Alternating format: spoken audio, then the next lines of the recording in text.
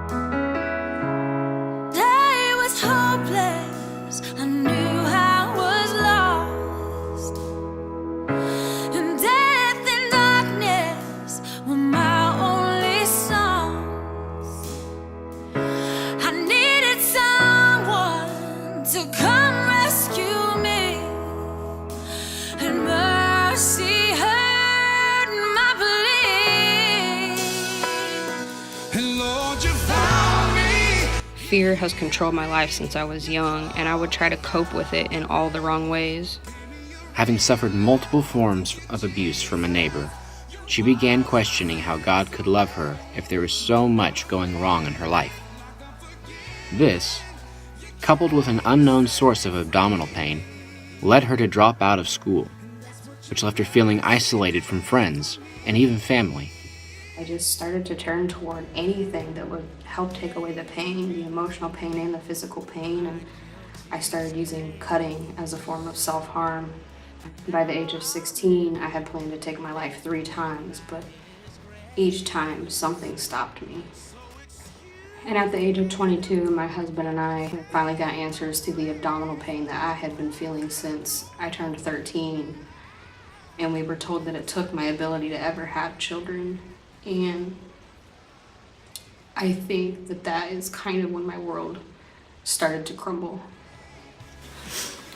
And I was questioning everything and wanted to know what my purpose was. Why am I here if I can't do what God created a woman to do?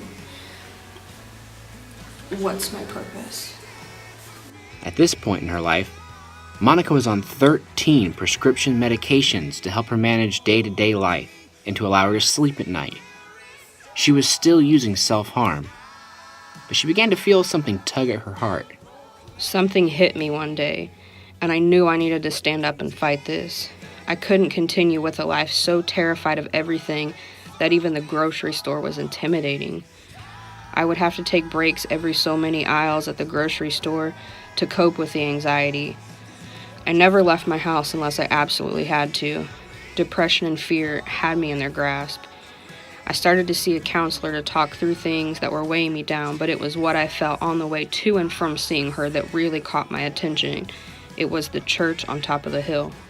Being raised in church, Monica knew the story of Jesus, but she'd never personally felt his love. It was here, in the parking lot, that something unexpected was about to happen. The cross on the church was really tugging at my heart. I started to spend time in the parking lot for any reason I could find. I would play basketball, read my Bible, pray, and honestly just question life. One morning, after a particularly rough night, I drove to the parking lot to bandage my leg after self-harming, and God showed up. I'll never forget the feeling. He led me to Psalm 118:5. I cried out to the Lord in my anguish, and he answered by setting me free. It was then that I made a promise to never turn to cutting again. God met Monica right where she was, out in the parking lot. He stepped in and took her pain. After her newfound freedom, she began to express herself in a way she had always enjoyed: photography. I was looking back on the hurts, the emptiness, the failures, and I began to see it all a bit differently. I saw how he saved me each time I had planned to end my life, and for the first time, I felt like maybe he did have a plan for me. I dug into my Bible daily, hungry for more of what God had shown me.